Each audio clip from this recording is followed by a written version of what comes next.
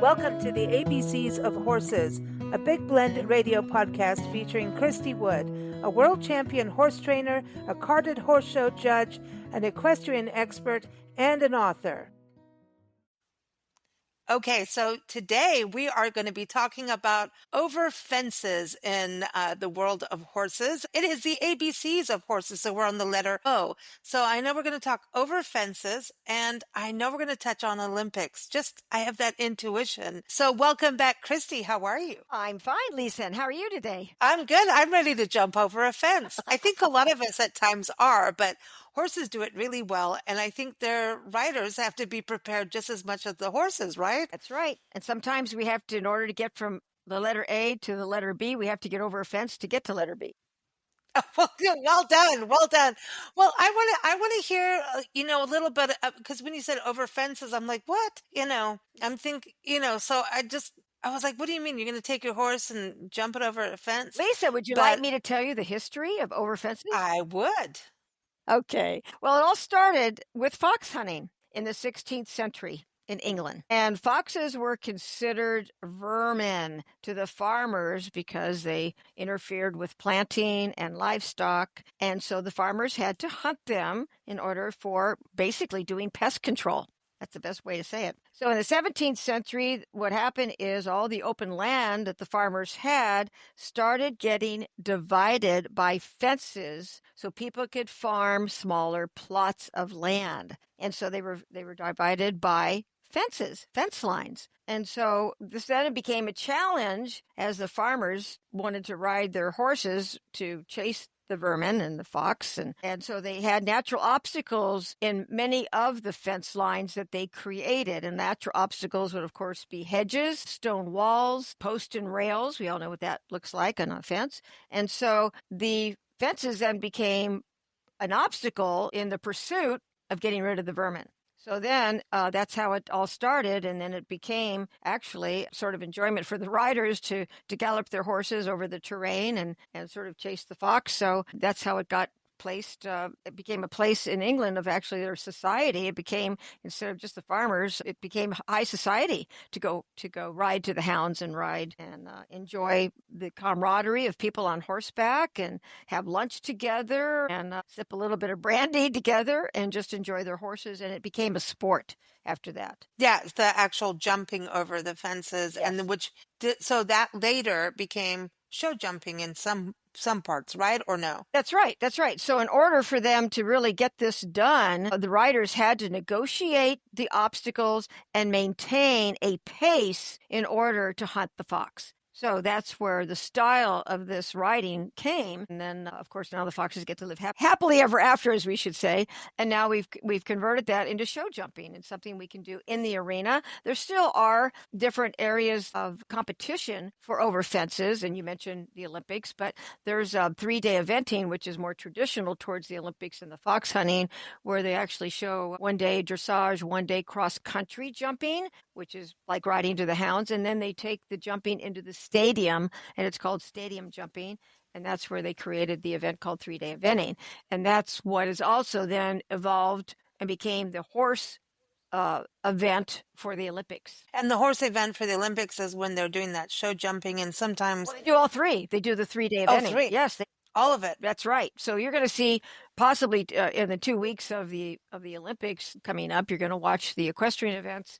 There'll be several days of just dressage, which is beautiful to watch, very artful in the movement between the horse and the partnership between the horse and the rider. They will do the cross country, which is definitely a test for a horse to gallop for miles and miles at a very fast pace over amazing jumps that are really kind of fixed. They are not the breakaway type of jumps that you would see then in the stadium jumping, where if they knock a rail, it comes down. So that's the 3-day eventing, and that's what you will see in the Olympics. Well, this is fascinating to me because dressage, I think we've talked about this before, but Nancy and I with our horses, we did dressage, and Nancy's horse is a show jumper who loved, I mean, we've talked about this before a gazillion times on the show, but Surtees loved his jumping, and he would do his own routines. We kept the jumps up in his paddock, and this was in South Africa, so I get to say paddock, because that's what it was. I use paddock Okay. Okay.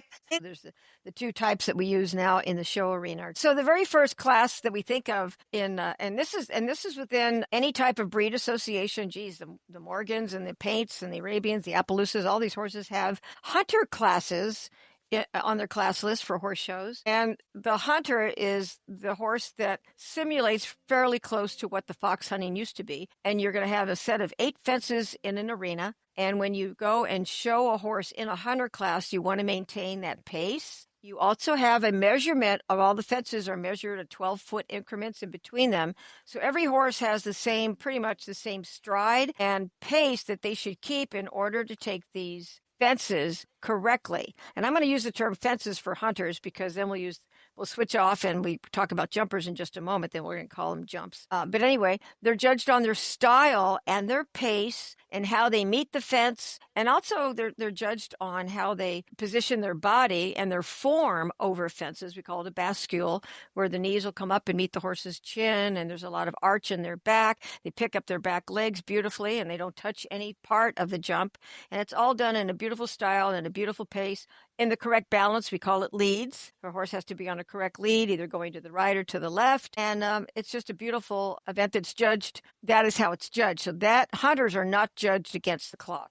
All righty. But then if we talk about jumpers, a jumping horse, and let's go back to hunters. Hunters could be anywhere from 3 feet to 3'9" in height, depending on the age of the horse. The category of the rider could be a youth rider, it could be a non-pro rider, it could be an open rider. So sometimes the fences are larger for the open classes, which means the professionals are showing. And then jumpers. Jumpers could be a course, again, of 8 fences is customary, but you can add up to 12 jumps in the arena. And jumpers pretty much are judged on a mathematical basis of a clear round, meaning you haven't touched anything. If they knock a rail down, it's called 4 faults, penalties that are counted against them. It used to be if they ticked it with a front leg, it'd be 1 point, a hind leg, it'd be a half a point. A refusal is 3 points. So it is done on a mathematical basis on that round. And then if there is a jump off, let's say if you have a tie, then that's when it's against the clock. Wow. Okay. And dressage, can I touch on that yet? Sure, you can. Okay, because that was also what intrigued me as we did dressage and we were actually just doing it as an exercise of communication, especially with my horse Cinnabar. You know, I love to say my horse Cinnabar. She was my baby. My paper that went around the world. Writing my essay on my horse. And when we get to Tucson, you know, Nancy and I travel the country full time.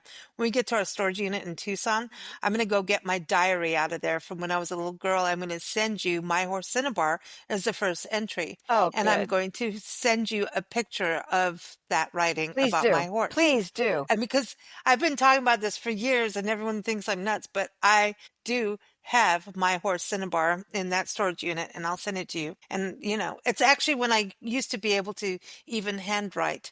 Do we actually have handwriting anymore? But going to the dressage, we did that to really, both horses, Surtees and Cinnabar, were rescues. And Surtees was really at his retirement age. Cinnabar was a rescue who had been abused by the previous owner, who took her out in polo fields and hit her with a polo stick and beat her up. And it's terrible. But we worked with her, as we've talked about on the show over and over. But the dressage, we did it, and we talked to the judges and talked to the horses, and everybody got mad at us. For us, both Nancy and I, it was a way of communicating with the horse, right? And I think that's an important thing. But wasn't it? I can't remember if it was timed. But no, dressage is not timed. It's not time, but it's about that communication, right? Yes. In a way with your horse. And is it supposed to be silent because of the history of the fox hunting? So that's when you were talking about dressage being part of that event, I was wondering about dressage. Is it like they need to know that the horse needs to know what you want without making a noise to scare the fox? You know, Does that no. I went on my own journey. You're on your own little rabbit trail right there. It's a fox trail now. It's a fox trail. But dressage is a wonderful foundation, really, for all the riding that you think you're ever going to do with your horse. I use basic dressage in training my Western horses, my trail horses, my mountain horses, my Chief Joe horses. Dressage is a wonderful foundation of communicating with your horse and becoming a partner. So you don't have to be in a dressage saddle to accomplish that. You can teach dressage in a Western saddle. It's just the patience of learning the horse's body language and your body language and your communication from both of you together to create a partnership. It's that simple. But the dressage is really the higher. They have different higher levels, obviously, that will be in the Olympics. And it's just amazing to watch the communication. And yes, it should be fairly silent and subtle in the way that they ride to have the horses perform and do the maneuvers that they're being judged on. And it's just a beautiful thing to watch. So that's just the foundation of it. Now, you take that dressage and all of that wonderful communication from the dressage arena, and you really need that type of a communication. If you're going to approach a fence and ask a horse to jump, you need that foundation of dressage to help you get over that fence. So it all comes together. So I remember using my knees as communication and squeezing my knees in the saddle. Well, what the heck was that about? In the English saddle, you'll use your knees more because that's going to be your focal point for keeping a nice tight seat and staying in that saddle, whereas we're Western, we're back on our buttocks more with a longer stirrup. So I don't use my knees for communication. I use my knees in my English saddle to keep me in that saddle when I'm jumping over a 4-foot fence. I use from my knee down. I use my calf, my upper calf, my lower calf, and my heel to communicate with my horse. My legs are constantly talking to my horse. Okay, this brings me to some questions. Okay, so I was taught the English style. That's how I learned how to ride. Okay. And then came to the States and didn't have horses, didn't do, Nancy and I met with you and you wouldn't let us, go trail riding without communication with horses. And right. Yeah, we're going to check you out. And it was awesome. And doing a few trail rides. But let me tell you, getting here and getting on a horse is so different. And I know you know all that stuff, but I was like, this is different. So to me, exactly what you're saying, it's kind of the difference of when we have tea in England, you're going to have your tea and saucer. In the States here, we'll have a mug made. It's totally different, right? We're doing the butt ski, what we call the butt ski, Nancy and I, right? So you're sliding in, you're riding from the butt, like you're saying in here. And I remember going well, how I get this. It actually feels more grounded to me than being up on your, I always felt like you're. Which one's grounded? You're saying the Western riding? The Western feels more grounded because it feels more of your core is with the animal in a different way. Oh, but then I'm going over a jump would feel a little bit like your butt is in the wrong. I don't know. So they're different styles, Lisa, and they're there for a purpose. That Western Saddles is designed to ride the range and go up in the mountains, gather cattle. It's got a saddle horn in front of the saddle so that you can rope your steer and dally that rope around to drag that calf back to the ranch where it needs to be. And the stirrups are longer. The Western rider has a much longer stirrup. They're going to wrap their legs around the horse more, and they're going to sit further back on their buttocks. So the English saddle is designed, obviously, if you look at the saddles, the two differences of saddles, and if nobody knows what we're talking about, then go on YouTube and type in English saddle, type in Western saddle. But that English saddle is designed to be more forward up on the horse's withers with a shorter flap or skirt and a shorter stirrup so that you can actually elevate out of that saddle slightly so a horse can jump over a fence and bend its back and clear that fence. You look at that Western saddle and you don't want to be jumping more than 2 feet in that Western saddle or that saddle horn's going to end up in a place you don't want it to be. Ow! Yeah, and you're going to get hurt. So the English saddle is designed for jumping, and it's designed for that forward seat ride. We call it forward seat riding. So where your more knees are the focal point of holding you in that saddle. Plus, of course, having a full seat wrapped into your horse's saddle. But you're not sitting back as far. You're sitting more forward because you're going to ride forward to the hounds and have fence lines that you need to clear to get to the next property. Okay, I'm so glad we're doing this episode. This is so cool. So now let's go back to the Western style, right? You are getting ready, I know, to go on your big legendary, and I'm calling it legendary, Chief Joseph Trail Ride, which is, for those who are tuning in for the first time, this is an amazing, epic adventure and very touching. So Christy and other riders go out and they trace the Chief Joseph Trail. And the Chief Joseph is known for running, just trying to get his tribe, the Nez Perce, to get away from the cavalry way back when. And so this is Montana, Oregon, Idaho, Washington State kind of area. And this is a 13-year progressive trail ride where these riders and their horses, mostly Appaloosas, it's changed a little bit over the years. And Chief Joseph is the one who, so go back to the A episode, which was episode number 2, I believe. Appaloosa was the first one. And so we talked about Chief Joseph, who actually bred the Appaloosa horse. So we'll get into that in a second. Yep, they developed. He created it. He's like, this horse needs to be with that, and this is why and how.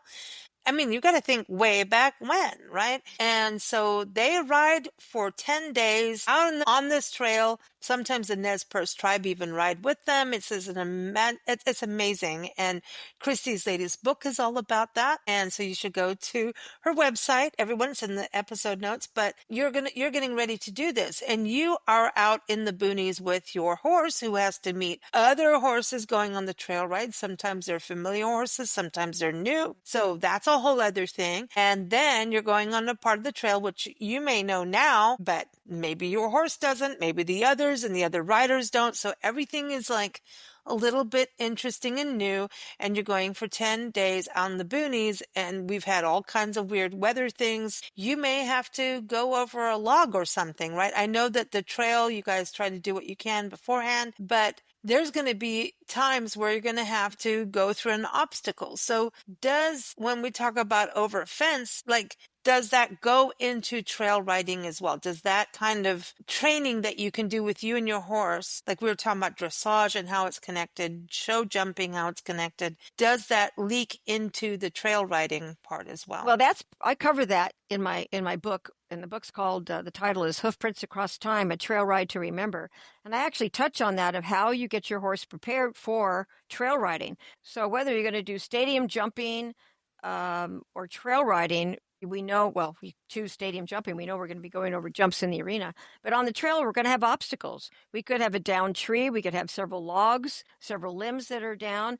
And you have to decide how you're going to negotiate that. You also should know ahead of time what your horse is capable of doing. Can your horse jump a 1-foot log? Do you want him to jump a 1-foot log? Maybe you want him to step over it. Depends on your ability to balance. Physically, is your back okay? Your knees are going to be okay if your horse decides to jump that. You've got to practice what you are going to expect, or you have to practice sort of the unknown. That sounds kind of strange. It's sort of an oxymoron. But that's why you read my book. My book will tell you, yes, you need to go practice jumping over a couple logs if that's how you want to approach that. And that may be the only way you're going to get over that log. Sometimes you can't get around a tree. If the tree's a 100-foot tall tree that just went down over the trail, we'll probably go uphill or downhill, try to find a way that we can cross without crossing a tree or a log that's 2 feet or higher. So that's just something you need to know about your horse, your ability, and your horse's ability to get over an obstacle like that. If you want to jump, fine. If your horse can't jump, then you need to teach him to walk over it, or you walk around. Yeah, and find a way, right?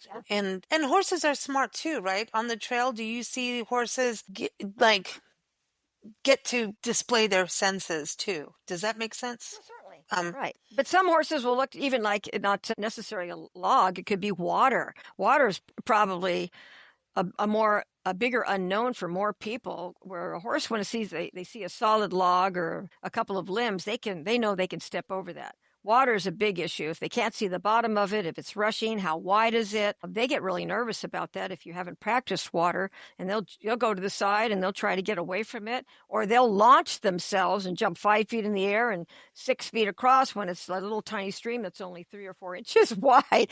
You just have to know how your horse is going to react to the elements that you might find on a trail. And that's what I put in my book to help people get along. And that's the other thing. My horse, if you went to the beach with your horse, she wants to roll, saddle and all. Well, that's a no-no. You should know how that horse is going to react even in sand, and be comfortable and know how a horse starts to prepare to roll. they start to buckle. So you're going to feel the change in their balance. They're going to teeter-totter a little bit. They're going to bring the front legs back and the back legs forward. And before you know it, they're down on their side and your legs caught up underneath. So you need to prevent that. Ooh. You need to prevent that. You need to tell your horse those aren't good manners. We don't roll in the sand. You'll have a chance to roll when we get back to camp or wherever, and you'll brush them really well. They're not allowed to make that choice because that's a hazard. It's a safety issue. So that's part of training. Part of training. Same thing with water. Okay. Some horses like to lie down on the water. My gosh, you got to get your horse comfortable with water. We see water, we walk through it. You can stop and drink, but you're not going to lie down in the water. I could always tell with Cinnabar, her shoulder would start doing this drop. I'm That's like, right. uh-oh, something's going That's down. right. That's right. I could feel it. Good. Yeah, I could feel it in my legs. Right. I'm like, oh, And if she did, I would like pull her bridle up a little bit, do my leg squeeze, and like, hell no, you're not doing that. And one thing we learned is also, and I don't know if this is right or not, but you lean forward and you pull their ears together and hold them. And they kind of stop. I don't know where. No, I don't know. I don't know who taught you that. I don't know anything about that, but maybe it just makes them go, "Hey, you're touching me where you're like that's weird. What are you doing?" And it stops them. I don't know. Oh, that's a good point.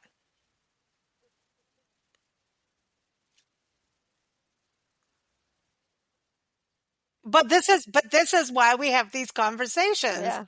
Just because if someone's off running and doing that with that same advice, that's not a good No, thing. it's not. But that has floated. That's well, maybe it was a thing in South Africa. I don't know, but they were always like, just go and hold the ears together. But yeah, you're leaning out forward, and yeah, you're right. That's not smart. Okay, well, I didn't know you then, Christy, and that's why we're doing this podcast too. Right. It's like this is so cool. But you brought up water. Well, one of us we brought up water and show jumping. You know, I was always watching the Olympics as a little girl, thinking I want to do that. Going over water seems to be where I saw most of the injuries. And I mean, I was just a little kid, I don't know, but it seemed like when there was a jump that sometimes would be multiple layers, you know, it's like staged. It'd be like a vent, like 1, 2, 3, and then water on the other side. That's when stuff went a little wonky, was the water. So when people are show jumping, you really have to get your horse used to those kind of water jumps. You can't just go. Of course. That's not really in the show. Well, they do have some water in the arena for the Olympics. Yes, they're going to be jumping over a little bit of water there, but mainly it's on the cross country as well. There's waters can be deeper. They're going to jump in and out of water with a fence being in the water or outside of the water. So anything that you're going to do with your horse, folks, you just need to be prepared. You just don't go into something cold turkey. Find a trainer that's going to help you and let you know how things are done, and you practice. In order to be good at anything, you've got to practice. And trail riding that horse, again, jumping that little log, you've got to know what your horse is capable of. You also need to know about the horse dropping and rolling in the sand. You need to know your horse inside and out, their natural body movements of walking, their stride, where they carry their head, how they swish their tail, what they're feeling, if their muscles are tight or relaxed. You know, that's what being a partner is all about. Is you're helping each other go down the trail to be successful and to have a lot of enjoyment and share the joy. Well, I love this. You know, Christy, one thing I know about you as a human being is that you show up. And no, because, hey, listen, I just went through all kinds of technical challenges. Yes, we did a few Christy, minutes and she ago, shows folks. up. I know. I want you to know that Christy shows up. And I think that's the same thing when you talk about horsemanship, is that you show up for your horse and don't leave. Just don't, we'll just deal with it when we get there. No, you cannot do that. Right. It's a time investment. I mean, I've never had a child. I don't have children, but I've certainly trained thousands of children to take riding lessons.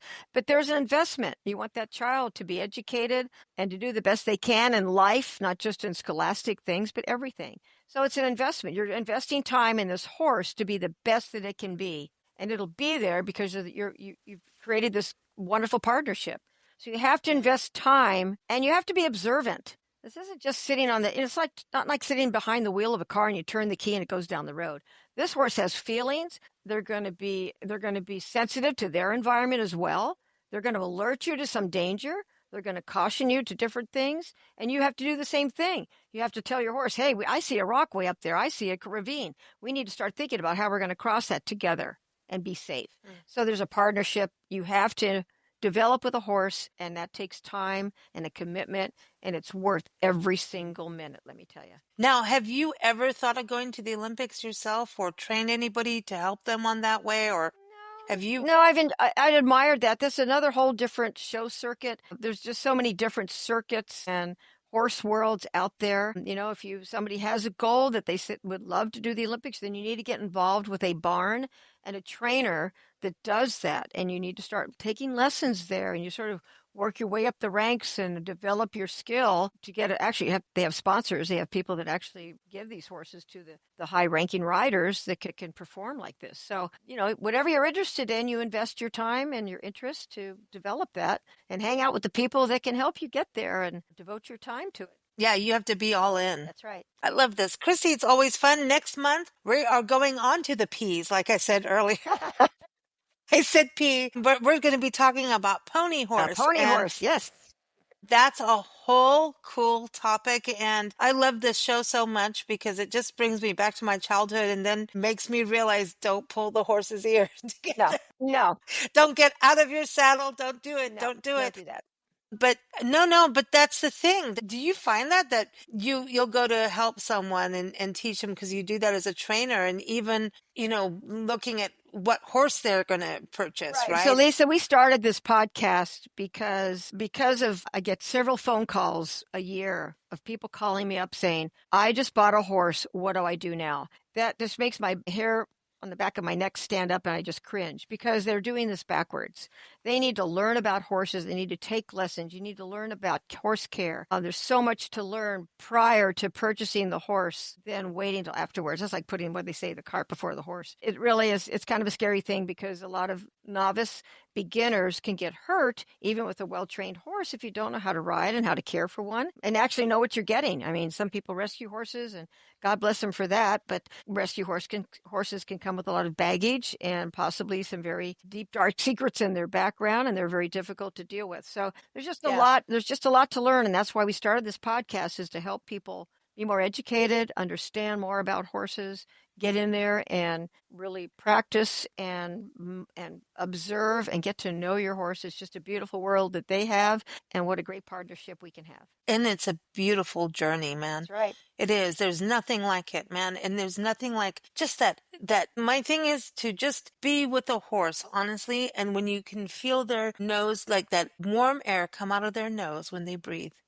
I know that sounds weird, but it's not. Remember I told you we went to see our friends in New Mexico on one of our, as we travel full time, across the country, and I got to see a horse, and just to be with, I was just like it brings tears to my eyes, like, because they're just so magnificent and royal, and at the same time there's like a spiritual quality to a horse that I don't understand how to explain that. You're explaining there's it just went really well. I like to walk out in the morning when I'm feeding my horses in the early morning and the sun is just coming up over the hill and warming the sun.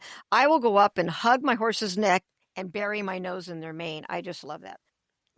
Okay, so I'm not weird. No, you're not. I'm not weird because this was this new horse that I don't know, and so I don't know. And the owner was there, and she was just there to feed the horse, and it's pretty much a horse out to pasture, And I just went up, and the horse came up and just came right up to my face, and I got that nuzzle, the nuzzle and the breath, and I went, oh my, we're sharing breath. That's made my. Yep. Made my month. It made my year. Yep. It made me, I went to bed giddy and felt like there's nothing, like they say giddy up. Yep. Well, giddy up comes from that connection. There you go. And I just say, that's the thing. That journey is when you connect with these wonderful beings, it's a wonderful life. So everyone, I got to give out your website, wdnhorse.com. Christy was talking about her books, Hoof Prints Across Time, A Trail Ride to Remember is out now. So go check it out. It's about the Chief Joseph Trail Ride, but she's also got a children's / adult book called Ranger, the Little Horse with a Big Heart. And, that is told from Ranger, the horse. And there's also, if you are in the equestrian world, this book is for you. Your Best Horse Show, a guide for managers and exhibitors. So if you're putting on the event, this one is for you. You can go to the website, wdnhorse.com, learn more, and also about Christy helping you if you're going to buy a horse, if you're going to take kind of lessons and try to figure all that Equestrian World, call Christy. I was to say 1-800-Christy. I'm not trying to be a commercial person, but it just, I'm all horseified right now. I just want to go hang out with a horse. That's okay. The correct phone number is on the website anyway. Okay, there you go. And my email address is there. Please, people, send in your comments about the podcast and questions. Yeah, let's talk about it. Yeah, we want questions. We want to know what are you working on so we can help, right? Exactly. I facilitate. Christy answers. I don't know anything, but Christy knows and she can help. Let us know. Put it in those show notes. So I don't know where you're listening from. We're on Spotify, Apple, YouTube, Podbean, Listen Notes, Mixcloud, iHeart, Pandora, everything. Ask Alexa, Big Blend Radio, Christy Wood, and you'll hear her say, we know her. Anyway, thanks so much, Christy. Thank you, Lisa. Have a great day. Thank you for listening to Big Blend Radio's ABCs of Horses featuring Christy Wood. You can keep up with Christy and learn more about her services and her books by going to her website, wdnhorse.com. Keep up with Big Blend Radio at bigblendradio.com.